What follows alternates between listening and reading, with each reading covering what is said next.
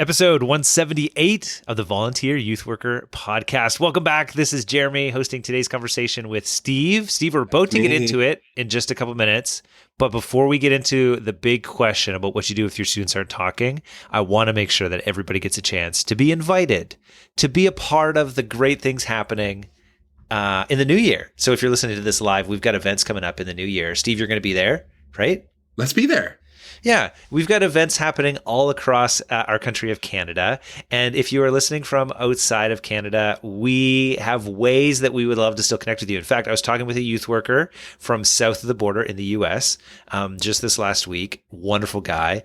Maybe he'll come north to one of our conferences, which would be great. And so we're going to put all of the conference details into the show notes because we'd love to see you at one of our events across our country in the winter. But also, if you're down in the US, we've got tons of other resources and or other parts of the world. And so we put our contact in there so that you can get in touch with us if you'd like to hear a little bit more about the youth worker community. But this winter, Steve, will be in 5 cities with our winter conferences. And then we've got the Youth Pastor Summit happening in Ontario. So exciting. Which is absolutely incredible. And then the other big event happening in Ontario this winter is Today's Teens, which is another great place you can get trained as a volunteer. So there's all sorts of things happening to train and equip people in our country of Canada this winter. Now, the reason that stuff can happen is because of our partnerships with wonderful organizations that we journey with. And so one of our partners in this season is Briarcrest College and Seminary. Love them. Steve, you love them, but you've never been there. Of course I have. You've been there? I've been there. Jeremy, some of my best years were spent in Briarcrest. Actually, you know, something so fun. Just the other day, an old college friend of mine, okay, so like this is dating back more than 2 decades, sends me a random text of all these shenanigans. Like I hadn't heard from the guy for like 10, 15 years. Random shenanigans. Hey, this is, you know, someone who did this with you and did that and stuff. I'm like, oh man, it's my old buddy from Briarcrest.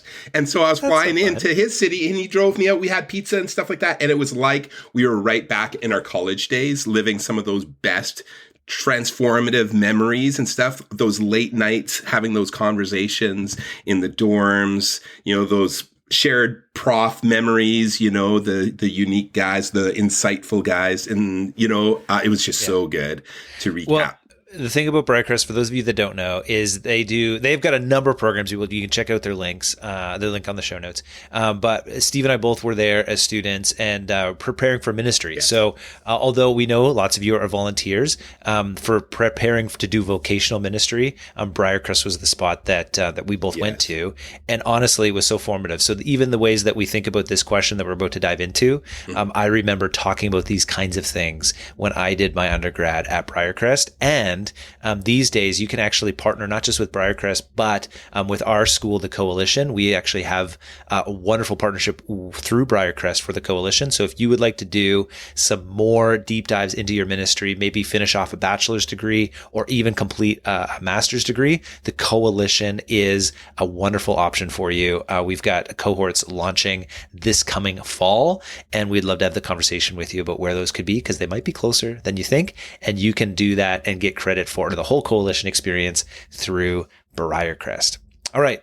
That's a lot of great information. Lots in the show notes, Steve, but we should jump into today's conversation. Let's dive in. Welcome to the Volunteer Youth Worker Podcast. Youth ministries rise and fall on the volunteers. So we are here to encourage and equip you. Join the conversation as we tackle the practical questions you are asking so you can help the next generation know Jesus. Okay, Steve, this question, what do you do if your students aren't talking? This is one of those hyper-practical questions that we get all the time when we're talking to volunteer youth workers because it's reality. Yeah. You're listening to this, you've got your small group, maybe you've met recently, you're about to meet, and you know there's going to be this opportunity in your group where you're hoping for the great conversation. You've asked them the stunning question, would you rather eat a whole bottle of ketchup or a whole bottle of mustard or whatever the question might be, and all of a sudden you're getting crickets in the room and they're not talking, or if they are talking, they're not talking about the question you're asking them. Because that is so hard, Jer. Ketchup It's or a mustard? hard question. But we do ask other deeper questions oftentimes. Perhaps you have a question sheet. In fact, you're trying to get through. And that's the problem. You're trying to get through it. And you can't figure out how to get these students talking about the things you're there to talk about. Steve, what do you do in that situation? Right, because we're trying to get through it, Jared. That is such, that's the key there. This is the question as a youth pastor got so many times from my volunteer leaders. How do I just get her done? Sort of thing. And we've become so task focused, right? Sometimes on a youth night is we've scheduled this X number of minutes for discussion time. And, the angelic choruses are going to just join in with this wonderful conversation, and it just falls flat. And it's like, wow, what do we do? And I think this is a good time to take a step back and just kind of go like, what is the real goal of that time? Is it to have that conversation? Is the task to answer the question? Or is there a bigger task? Well, that's an interesting question. But honestly, like for volunteers, like our leaders have given us this question sheet. And isn't the question sheet like it's about talking about God? And so students are able to process and think about what they think about faith and all that stuff. Like, are you going to give us a different idea of what's important, or is it not the sheet? Is it not just answering the questions? Well, isn't it just exactly that, Jared, is talking about God? And, those questions, and I guess I shouldn't speak for every youth pastor out there. And Jeremy, maybe you can totally correct me because like you've been there too. As a youth pastor, I think if my students are connecting with Jesus, that's the point. I don't need for them to stroke my ego by like resonating with my questions, because sometimes I didn't nail it with my question or whatever. And so we just need to track that conversation with where is Jesus in the conversation here with these people right now. Those questions could be the cue. They could be the invitation.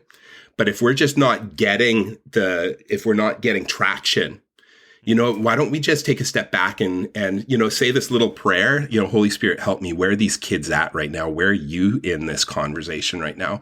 And go where he's going on that. What are your thoughts, Jer? Okay. Well, I'm you're blowing my mind a little bit. So, okay, let's go back. You said, I like that prayer. So we got to get that prayer out. That's really important. So a simple prayer when you're in the moment and things are going sideways, students aren't talking. And what was the prayer? Holy Spirit, help me. Help me. That's the only thing you remember. Just pray that prayer and hope that God answers it in the moment. Okay, but you said, the questions, talking about God. Yeah. And what did you say instead of just talking about God? Is exploring where's Jesus in this conversation right here, right now, because our students could be throwing us all kinds of cues as to where God is at work in their life, and they want to talk about it. But we kind of want to pull them over on, and we want to discuss, another, theological sort of nuance of this, that, and the other thing. And that's, in our minds, that's the gold right now. But in the minds of the students that are in the room, there might have been a significant event at school today that they just really need to process or something like that. So I think we need to be tuned into that. Is this conversation, is the question that we're asking right now, is this the most relevant question right now, right here in this moment? Yeah, okay, but I think the hard part is for a lot of us is, if you're leading a small group, the question that seems pertinent to the students is like, how do I get my parents to pay for more of my Fortnite, skins or whatever? Or like I'm doing something in Minecraft and I want to talk about that. Like it's not that the students have maybe sometimes there's this like deep important thing that they're wrestling with that we should figure out how to ask that question. But I think a lot of times it just feels like, no, these kids are like just completely disengaged. They're out in left field and we're trying to talk about the important things and they don't want to talk about anything that's important. It's so true. And that can be really frustrating because how are they experiencing the room? I think about it, if all I want to talk about is those things, it's because I think that's what my friends are most interested in. And I might be just kind of managing my own persona amongst my friends in that moment. So it might not be that I don't want to think about these sorts of things, but I'm thinking about even the relational consequences of me engaging with your conversation, because I know, Jared, you're a great guy and you've got these really great questions and I know that they're what's best for me and stuff like that. And I know that in the back of my head, but the reality is I'm surrounded by 6 of my buddies who I'm going to hang out with at school tomorrow. And if I engage with your question, sometimes I realize I'm risking something like, am I going to look dumb in front of my friends? Am I going to look too smart in front of my friends? That's also a tension to manage or whatever. Am I going to be too vulnerable? Am I going to look too needy or whatever? And so if I bite and get in real deep, they might be, in my experience, I'm watching this because, I sit down with these guys afterwards one-on-one. And they'll have these really fantastic questions. It's like, hey, guys, we were just talking about that. Why didn't you engage the question? And the response to them over and over, to me, over and over again is this, well, I was just managing my image in front of my buddies. I didn't want to look like the keener over here. I really wanted to talk about that, but so there's this balance in it, right? Jared, is sometimes it creates a lot of anxiety within me when they're off talking Fortnite or whatever it is that you were kind of referencing there. And I'm like, oh, they're blocking my goal to this place of discipleship, right? Getting to this place. But then I'm just like, is my conversation the crown jewel of this? Or is the crown jewel of this me hearing what is going on in the lives of these young people and getting the cues for deeper discipleship moments? That might be inside the discussion, and that would be awesome. But more often than not, they happen outside of that discussion as well. And that discussion is where we get our invitations for those deeper discipleship moments that might even happen outside of the discussion as well. Okay. So let me try this on for size then. Sometimes when we go into our youth ministry spaces, we feel like the hallmark of success is like we get through the questions and the conversation is rich in the midst of the questions. Like, well, that's what we're really looking forward to, right? Yeah. And what I kind of hear you say, and I think this is actually really helpful, is not that you say things that aren't helpful, but I think this is helpful, that the hallmark of success is actually discipling our students. Like, it's actually, in this time, is what we do, does it help grow our students closer to Christ? Whatever that might look like. So whether it's the questions, whether it's something else that we do, whether it's the way we change up the experience, our hope is that when we spend time together, as we as volunteer youth workers follow Christ, that our students can see us following him and they might come along for the journey as well. Okay, so now I'm a volunteer leader. I heard that, and I agree with that, and I want to get to those places, but I still am with this problem, is I've got half an hour or I got 15 minutes to fill of time, and all I've got right now is either like bouncing off the walls rambunctiousness, or I've got mind-deafening silence in my group. What do I do in those times? Yes, what do you do? How do I either manage, the crazy or cultivate something in the silence? Yes. Yeah, I'm asking you that question. What do you do? Because it's the real deal. Even if we're saying yes, there's something bigger going on than just the questions. Obviously, we're trying to help students. So let's not forget that. What are we doing in these 30 minutes so that students actually grow closer to Christ? We think probably cognitive conversations about faith and helping students kind of process things that might be helpful, and that's obviously what we kind of lean into, which is kind of cool, and that's great. But it doesn't have to be the be all end all, because our hope is that whatever we do, and to be honest, if we felt like, if I just stood here and juggled for 30 minutes and students would come to know Christ deeper, like I'd probably just juggle for 30 minutes, right? Like we would change things if that would accomplish the better outcome. Yeah, okay, so sure. but we're figuring the conversation is helpful, but we're not getting the conversation.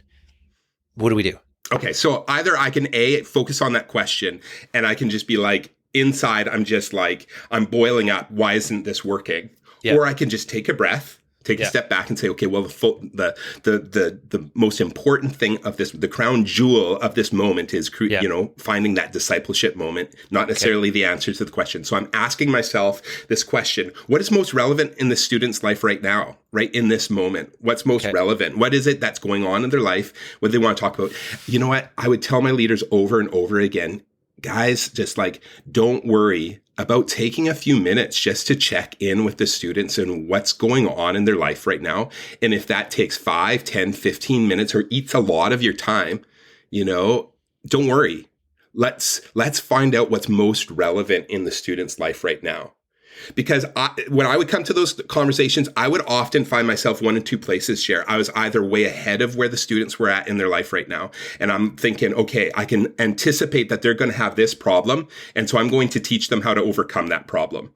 And And it's kind of like, I wonder, you've done marriage counseling before and stuff like that. And it's one of those crazy things where you're trying to teach a person for all of the challenges that they're going to have in marriage when they've got no context for what that looks like.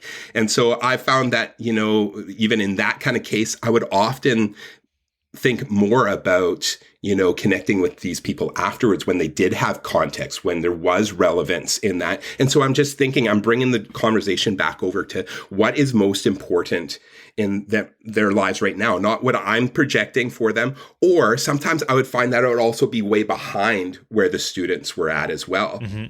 And they had moved on from that place. And I want to give them space to just kind of like bring up their questions. Okay, and we need to give them a couple handles on how to do this really practically. But it makes me think when you say that, if I think about my own journey, even in this moment, and volunteers, go with me here. Think about your own journey in this moment with Jesus. If you were to think about what's the next step that you need to take in your spiritual journey, that would take some time probably to process and to think about. And then what's the best way for somebody, maybe a coach or a mentor in your own life or a pastor in your own life, what's the best way for them to pull that out of you so that you can grow in your relationship with Jesus? You would probably hope that person would be kind of listening to where you're at. Yeah. They probably would need to know a little bit more about where you're at in your journey if they could then help guide you into that deeper relationship with Jesus. So that I get that kind of listening makes a lot of sense, Steve. What does that turn into in terms of like just practical questions? So your students aren't talking, maybe you're 3 questions deep. You already did the ketchup and the mustard one. Yeah. You're trying to ask a deeper question about, Jesus or, a character from the scriptures, whatever it might be. And then you want to pivot here. What are you going to pivot to in terms of questions? Yeah, there's a couple places where I might go with if my questions just aren't seeming to land or I'm not getting the discussion going. I was like, I might ask the question, hey, here's a question I have, and insert your discussion question. But I wonder what you're wondering. This is the question I have. I wonder what your question to me would be if you could ask any question. And that could spark a bit of a place where we understand, okay, where are they at? Here's what I'm wondering. I wonder what you're wondering. And do you keep that here's what I'm wondering question around the topic at hand? It certainly could go there because like I'm introducing, hey, here's the conversation that I'm interested in. I wonder what conversation you're interested in. And, sometimes students will just pivot us like even just 2-3, degrees to it's like, well, actually, I wasn't so much wondering about this, but I was kind of wondering, where does this go? Okay. I like that. Okay. So it's like, this is the conversation I'm wondering about. We're talking about whatever it is, the topic, Gideon and, can you test God? But I don't know. What are you actually wondering about? Or what are you thinking about as you've sat and listened to this talk or as you've been in this group? Like what's on your mind? That's kind of where we're going. But like, what conversation are you interested in? Not just generally, like, do you want to talk about Minecraft? It's like, no, what do you want to wrestle with or what do you want to really talk about? Right. Because just coming to your example there, let's say talking about Gideon, is it okay to test God? And this is the question I'm wondering, where a student might say, well, hey, you know what? That's a really great question, but I'm wondering, how do I even hear from God? Right. How do I know his voice and stuff? So it's a related question. Yeah. But I just kind of opened it up and gave them invitation to like, hey, do you want to redirect me to a slightly different conversation that you might be having? That's one strategy that I could use. So one strategy, if your students aren't talking, hey, here's what we're talking about. Here's what I'm wondering, but maybe you're thinking about something dramatically different. What conversation do you want to talk about? And try to keep it related to this particular topic. Okay. That's good. I like that. What are some other ways to, questions or ways to talk when you aren't getting anything from the students? So then another strategy I might use is, let's say, for instance, and I want to be really careful with this one because I don't want to give them a second sermon, right? They've already sat through a session or whatever, but like I might ask the question, and if there's silence, I might ask them, hey guys, I recognize sometimes answering these questions can kind of be tough because, you're in front of your friends, you're this, that, the other thing. I wonder if you would like to hear what my answer to this question might be. And then I can give you guys the opportunity to then play the role of youth leader. And what kind of follow-up questions would you ask me if this is what I was thinking about this situation? I like it. follow-up questions would you ask me? I'm just writing these things down. And if you're listening, let me just repeat. So, hey, answering these questions can be tough. Would you like to hear my answer? And then what follow-up questions would you have for me if you were my youth leader? Yeah. Okay. And then with that one, I would suggest if you're, again, as a volunteer, you're kind of going to answer the question. I would try to answer it in a, not like, like you can't do this, like intensely, but like kind of controversial in a way that engages the students. So for example, if we use that example about Gideon in the scriptures, kind of tests God. So maybe the question, your question sheet is, was Gideon right or wrong to test God? And so then maybe your answer, you come back out and you say, oh, I think we can test God in all sorts of ways, or I think it's never appropriate to test God, but here's what I tried in my life. And you give an example, but make it something that's a little bit compelling where students are like, oh, I want to learn a little bit more about what you think about that. Right. Obviously, you don't want to say things that are like scripturally inaccurate or like theological, but to offer some type of response that allows students to kind of be like, oh, tell me more about your experience personally, because that story becomes really interesting about how you lived it out. I like that. And I might even preface that, Jer, too, as like, I might say, hey, here's what I hear some of my friends saying. Some people think this way. Some people think this way. I wonder what you guys think. Which of these do you agree with? Why do you agree with that? And that sort of thing. I find that students are often a lot more willing to interact with other people's thoughts than to offer their own. Mm-hmm. It does allow them a certain sense of security, right? Let's evaluate what someone else said about this. Yes. And not in a judgmental or critical way. That's not what I'm saying. But it's just like, hey, here's what I hear around me. What of that do you trust? What do you disagree with? Yeah. And I think one of the things we often push back on in group conversations is like the yes, no, or like the close-ended questions.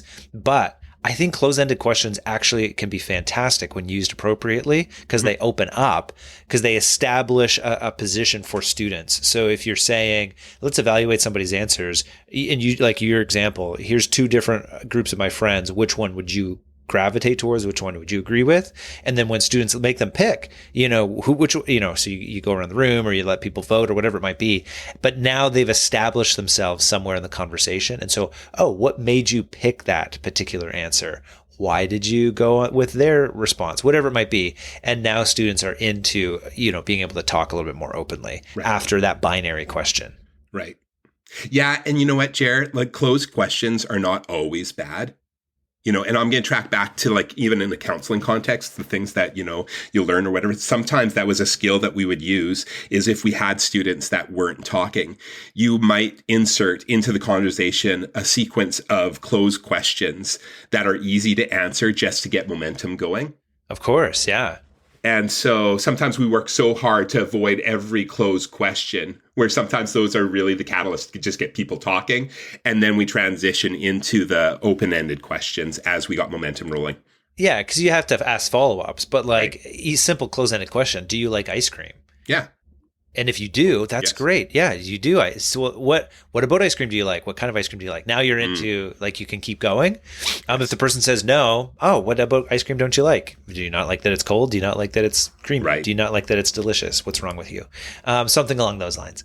So closed-ended questions used appropriately. Okay, so first up, what do you do when students aren't talking?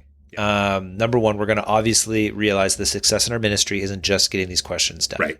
The success in our ministry is the discipleship of our students. And so even if they're not talking, we can shape the experience so that discipleship still happens. But we want to have a couple tools. So we use hey, here's what I'm wondering. What maybe conversation do you want to talk about? Number two, the other angle here is answering questions can be tough. Would you like to hear my answer? What kind of follow-up questions might you ask me? Kind of do that. Any other tools in your tool chest there, Steve, around when students aren't talking? If not, I have a couple heightened questions for you. Do you want me to just ask a couple of like intense questions about this? Yeah, let's shoot. Let's go for it. Do you think it's appropriate when students aren't talking to call on individuals in your group? Oh, Jared, I really avoid putting someone on the spot. Okay. It's a dangerous move. Who, yeah, you know what? That's a tough one because you got to know you really got to know your kids and stuff like that. If I were to feel like if this was a pattern, Yeah. that I saw, I might connect with that student before youth to say, hey, if the conversation is lagging, would you be okay with me asking you to respond to a question? I recognize sometimes we need to be invited into these sorts of things because like I don't want to look like the keener. If that's the part of my persona that I'm managing and I don't want to look like a keener in front of my friend, it's like, hey, I wonder if you might be avoiding looking too smart in front of your friends. Would it be okay if I asked you to respond? Because I think you've got some really good thoughts. Would that be okay in discussion time if I asked you those questions? I'd check in first. Okay, do a check-in first. I like that. Is it appropriate just to burn the questions and to shift gears entirely to a different topic? You know, Jared, again, it's one of those balance sort of things. I would encourage my leaders that I was okay with that if students were not at that spot, because like my questions might hit 10% of the students one week. They might hit 90% of the students one week. They seldom hit 100% of the students every week. And so we spent a lot of time, you know, working with our leaders to listen for cues, figure out where the students were at, use the questions as tools to catalyze where they were at and get the discussion going. But if they had a sense that God was in a different moment with them, to absolutely pick that moment and go where that moment goes. And I always appreciated when leaders would check in and report back and tell me where God was working in the lives of their students. Like I just heard from a volunteer leader the other day whose point leader encouraged them one day, like, hey, instead of discussion time, like they were like, hey, I think it would really be helpful to just go down to the local McDonald's and we're just going to grab a burger. And we're going to cultivate this. And the point leader was like, yeah, actually, there's probably a greater discipleship moment in that than accomplishing these particular sort of things. So to have that openness for that. So burning the questions, you know, you gotta explore what's the reason why I want to do that. Is it just because I'm too lazy to try to get a good conversation going? Is it that I just want to, you know, be the cool leader that always buys burgers and doesn't make anyone do anything hard? And so if we're exploring those sorts of things, but we're praying that prayer, Holy Spirit, where are you working in this? And we're listening to him and where he's guiding us. And we're checking in with our point leader and just, you know, collaborating on that. I would always give my volunteer leaders some flexibility in that spot. Yeah. And, you know, it kind of comes back to this idea, okay, going to McDonald's, yes, that could be the thing just to switch things up. But if we really believe that the goal is the discipleship of our students, we might need to recognize that we can craft discipleship moments that are different than just the conversation, but we still have to be intentional about it, and perhaps even more intentional than in the conversations around questions. So I just think about like the ways that I learned from my youth worker when I was a teenager, watching his interactions with his family, watching his interactions with when we were out at restaurants with people. His faith was on display in different kind of ways when he asked people if he could pray for them. And so those were ways that he just lived his life, but it was very intentional. And he would try to offer it as teaching moments, like in a specific kind of way. And so you as a volunteer youth worker, if you can showcase even how your life is lived as a Christian, and make sure that students kind of connect the dots in that regard, those are great discipleship moments. I think that's absolutely incredible. I also just want to say, we did have an episode way back, this is a couple of years ago, episode 2021. We'll link it in the show notes, about what do you do when there's one particular teenager that's not talking. We've kind of talked about it from a group dynamics perspective, but we did have a conversation back then. I forget even who, I think it was probably Jason Ballard, Sid and I, forever ago. But just if you want some tools, tips on that particular way, just on an individual level, you could do episode 21.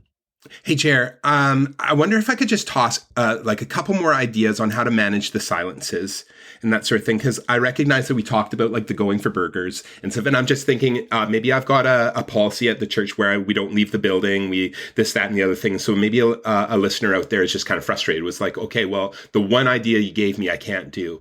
Some of the things that some of the volunteer leaders that I had would do. One really loved knitting, and she would bring stuff, and she taught her girls to knit. And that one of the ways that she managed the silence is she wasn't like a super conversationalist all the time and stuff. And I was like, this is fantastic because, we have a shared activity. And I think shared activity is a great way to start conversation as well. It's a great way to breed or cultivate some security within the group, that we start talking when we're playing together, we're doing together. So it might be knitting needles. You bring those and you teach everyone to crochet or knit or something like that. That might be one strategy. A counselor friend of mine had a chessboard in his office, and I asked him about that. And he says, yeah, some students that would come in to his office, he said, sometimes it takes 2-3 sessions before they start talking. And we just play chess for those first 3 sessions. I was like, oh, that's brilliant. He's like, yeah, I'm just creating a place where this student can be comfortable with me, recognizing that I don't have an agenda. I'm not going to force them into a conversation they don't want to have. And so I'm just going to invite them into community with me. So activity can be really good. Another thing, Jer, one thing that we would use a lot, and because I pastored in a Mennonite church, we use food. I remember we designed this whole service. It was a Saturday evening service, and this was a church service that was kind of more contemporary. We were looking at reaching out to our college and career age students and shift workers and stuff, because we were finding that a lot of those students, we were losing them from our churches because they were working Sunday mornings. So we created this service on a Saturday night, and we were kind of frustrated because they come service, everyone would do the same thing. We'd go into the foyer, we'd have 2 minutes of conversation, then we'd all look at our wrists and go, oh, it's time for us to go home. We got to get going. And it's a lie. None of us actually needed to get going. It was just kind of the way that we broke the social tension and excused ourselves from the awkward moment.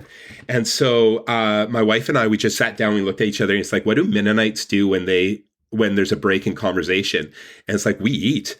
I think humans eat. And so sometimes just putting food in the conversation space, when the silence is deafening, everyone sticks something in their mouth and it relieves the social pressure of us having to speak in that moment. And I might want to just have a moment to think about what I'm going to say next. Yeah. So food is a really great conversational catalyst. I love that. I love that so much. Okay, so yeah, a few just practical ideas on the silence. And if you're listening and you've got some ones that have worked really well for you, we would love to hear from you, because we will actually share that broadly with the rest of our youth workers. We've got a ton of different ways that we're communicating with folks these days, our email list and on our social channels. We can track with us there. But if you have got some ideas or some questions, I put my email in the show notes. Would love to hear from you at any point, and that just helps us to continue to shape our conversations here and share, again, broadly across the community, the best practices that we can think of as we consider the faith formation of the students in our group. So this has been really helpful, Steve. I appreciate your thoughts on this. Any last words before we wrap things up? Yeah, I would share something very briefly, hoping that we don't launch into something else, but silence isn't always the enemy either, Jer. Mm-hmm. Sometimes God can use silences as well. And I remember having one student who challenged me on this. He's like, Steve, you've always got to be talking, don't you? This was a bold, introverted student, and he would push back on some things. And I love this guy. And we actually made a deal. I was like, you're going to teach me how to introvert. I was like, I'm going to buy you lunch, on Thursday, and we're going to sit in silence the entire time. And this was one of those kids that wouldn't often talk. And it was really fascinating because I made that commitment to him. You're going to teach me how to be, like you and be comfortable in silence, because I'm uncomfortable at times in silence. And he knew it, and he called me on it. I was like, so you're going to teach me? So we sit down, we're sitting at McDonald's, we're having lunch, and the kid talked for the whole 30 minutes solid, just because he had the confidence that I was okay with the silence and the pressure was off. And it was really cool. So even the silences can be really, really hard for us because our goal is to be talking. Right? Yeah. These are discussion times. So the goal is to be talking so we can be kind of uncomfortable. Hey, let's just get rid of some of those rules and stuff like that. Even silence is okay. Yeah. And I would just name it sometimes. Hey guys, the next couple minutes might be really uncomfortable. But I wonder if we could just have a moment in time where we just don't have the pressure that we even have to talk. And so if you want to just think about the question for a little bit, we could do that too. I wouldn't do it every time because, how many grade 7 boys are going to resonate with that idea? But I had one student who did. And so it might work for you as well. So don't even be afraid of the silences in your discussion time. Silence isn't failure. Yeah. Missing a discipleship moment is, right? And so that's what we're looking for. The crown jewel is the discipleship moment. That's the place to end it. Appreciate y'all listening. We'll see you back here next week for another conversation on the Volunteer Youth Worker podcast.